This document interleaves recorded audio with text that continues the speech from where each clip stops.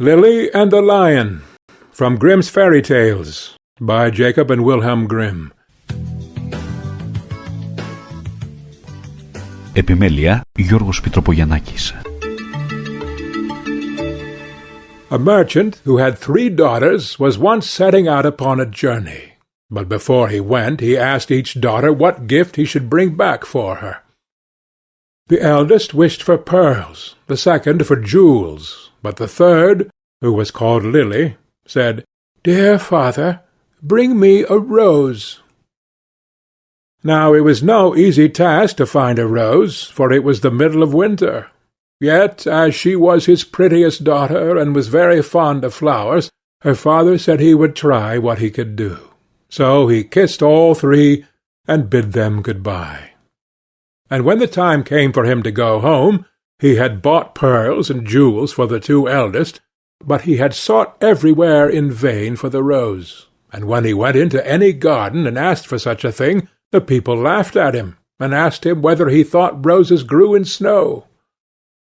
This grieved him very much, for Lily was his dearest child, and as he was journeying home, thinking what he should bring her, he came to a fine castle, and around the castle was a garden, in one half of which it seemed to be summer-time, and in the other half winter. On one side the finest flowers were in full bloom, and on the other everything looked dreary and buried in the snow. "A lucky hit," said he, as he called to his servant, and told him to go to a beautiful bed of roses that was there, and bring him one of the finest flowers.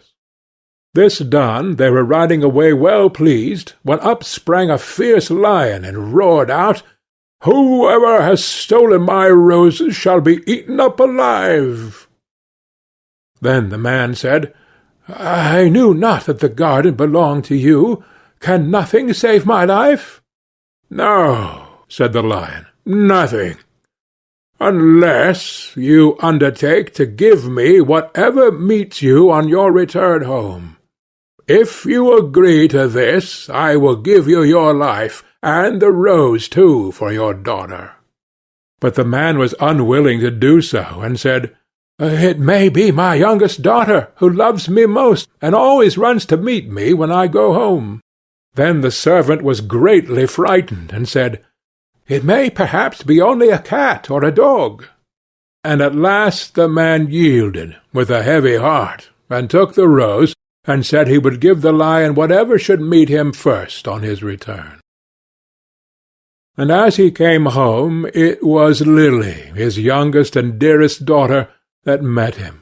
She came running, and kissed him, and welcomed him home, and when she saw that he had brought her the rose, she was still more glad. But her father began to be very sorrowful, and to weep, saying, "Alas, my dearest child, I have bought this flower at a high price, for I have said I would give you to a wild lion, and when he has you, he will tear you in pieces and eat you." Then he told her all that had happened, and said that she should not go, let what would happen. But she comforted him, and said, "Dear father, the word you have given must be kept. I will go to the lion, and soothe him. Perhaps he will let me come home safe again." The next morning she asked the way she was to go, and took her leave of her father, and went forth with a bold heart into the wood. But the lion was an enchanted prince. By day he and all his court were lions, but in the evening they took their right forms again, and when Lily came to the castle, he welcomed her so courteously that she agreed to marry him. The wedding feast was held, and they lived happily together a long time. The prince was only to be seen as soon as evening came, and then he held his court. But every morning he left his bride and went away by himself, she knew not whither, till the night came again. After some time he said to her, "Tomorrow there will be a great feast in your father's house, for your eldest sister is to be married, and if you wish to go and visit her, my lions shall lead you thither." Then she rejoiced much at the thoughts of seeing her father once more, and set out with the lions. and every one was overjoyed to see her, for they had thought her dead long since. But she told them how happy she was, and stayed till the feast was over, then went back to the wood. Her second sister was soon after married, and when Lily was asked to go to the wedding, she said to the prince, "I will not go alone this time. You must go with me." But he would not, and said that it would be a very hazardous thing, for if the least ray of the torchlight should fall upon him, his enchantment would become still worse, for he should be changed into a dove, and be forced to wander about the world for 7 long years. However, she gave him no rest, and said she would take care no light should fall upon him. So at last they set out together, and took with them their little child, and she chose a large hall with thick walls for him to sit in while the wedding torches were lighted. But, unluckily, no one saw that there was a crack in the door. Then the wedding was held with great pomp, but as the train came from the church and passed with the torches before the hall, a very small ray of light fell upon the prince.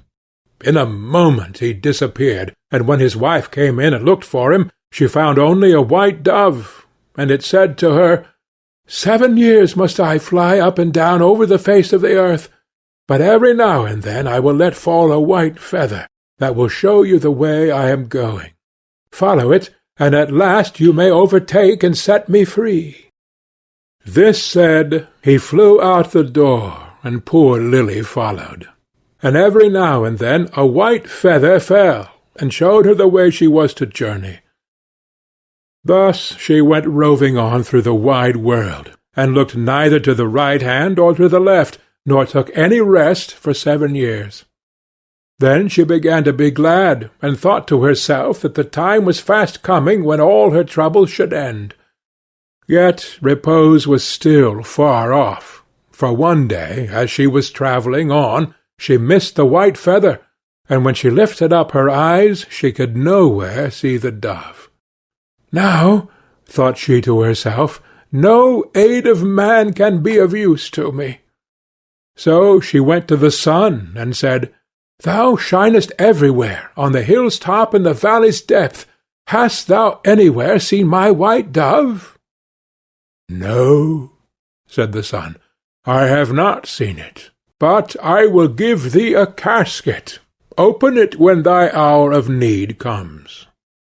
So she thanked the sun, and went on her way till eventide. And when the moon arose, she cried unto it, and said, "Thou shinest through the night, over field and grove. Hast thou nowhere seen my white dove?" "No," said the moon, "I cannot help thee, but I will give thee an egg. Break it when need comes." Then she thanked the moon, and went on till the night wind blew, and she raised up her voice to it, and said, "Thou blowest through every tree, and under every leaf. Hast thou not seen my white dove?" "No," said the night wind, "but I will ask 3 other winds. Perhaps they have seen it." Then the east wind and the west wind came, and said they too had not seen it.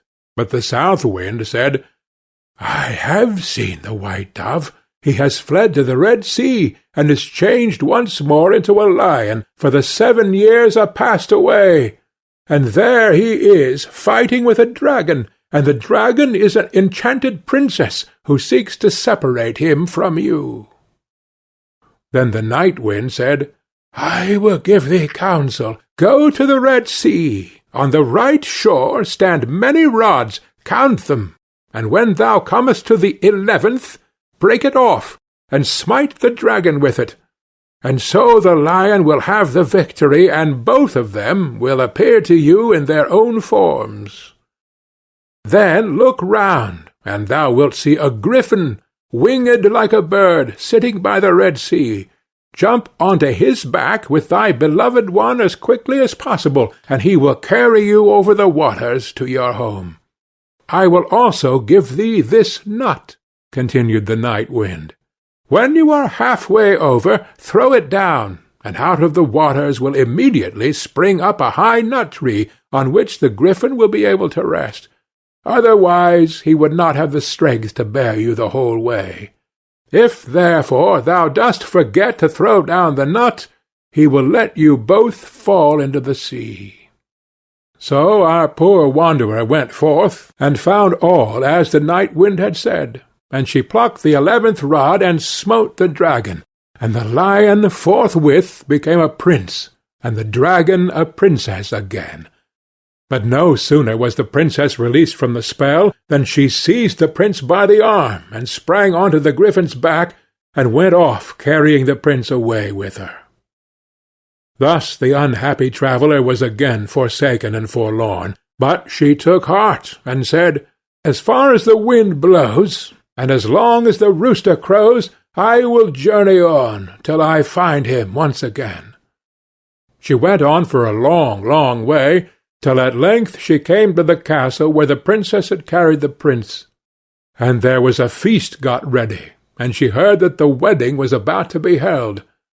Heaven aid me now, said she, and she took the casket that the sun had given her, and found that within it lay a dress as dazzling as the sun itself.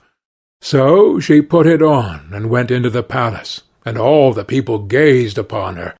And the dress pleased the bride so much that she asked whether it was to be sold. Not for gold or silver, said she, but for flesh and blood. The princess asked what she meant, and she said, Let me speak with the bridegroom this night in his chamber, and I will give thee the dress. At last the princess agreed, but she told her chamberlain to give the prince a sleeping draught, that he might not hear or see her. When evening came, and the prince had fallen asleep, she was led into his chamber, and she sat herself down at his feet, and said, I have followed thee 7 years. I have been to the sun, the moon, and the night wind to seek thee, and at last I have helped thee to overcome the dragon. Wilt thou then forget me quite? But the prince all the time slept so soundly that her voice only passed over him, and seemed like the whistling of the wind among the fir-trees. Then poor Lily was led away, and forced to give up the golden dress, and when she saw that there was no help for her, she went out into the meadow, and sat herself down and wept. But as she sat, she bethought herself of the egg that the moon had given her, and when she broke it, there ran out a hen and 12 chickens of pure gold, that played about, and then nestled under the old one's wings, so as to form the most beautiful sight in the world. Then she rose up, and drove them before her, till the bride saw them from her window, and was so pleased that she came forth and asked her if she would sell the brood. Not for gold or silver, but for flesh and blood. Let me again this evening speak with the bridegroom in his chamber, and I will give thee the whole brood. Then the princess thought to betray her as before, and agreed to what she asked. But when the prince went to his chamber, he asked the chamberlain why the wind had whistled so in the night, and the chamberlain told him all, how he had given him a sleeping draught, and how a poor maiden had come and spoken to him in his chamber, and was to come again that night. Then the prince took care to throw away the sleeping draught, and when Lily came and began again to tell him what woes had befallen her, and how faithful and true to him she had been, he knew his beloved wife's voice, and sprang up, and said, You have awakened me as from a dream, for the strange princess had thrown a spell around me, so that I had altogether forgotten you. But heaven hath sent you to me in a lucky hour. And they stole away out of the palace by night unawares, and seated themselves on the griffin, who flew back with them over the Red Sea. When they were half-way across, Lily let the nut fall into the water, and immediately a large nut-tree arose from the sea, whereon the griffin rested for a while, and then carried them safely home. There they found their child, now grown up to be comely and fair, and after all their troubles they lived happily together to the end of their days. End of Lily and the Lion. Επιμέλεια Γιώργος Πιτροπογιαννάκης.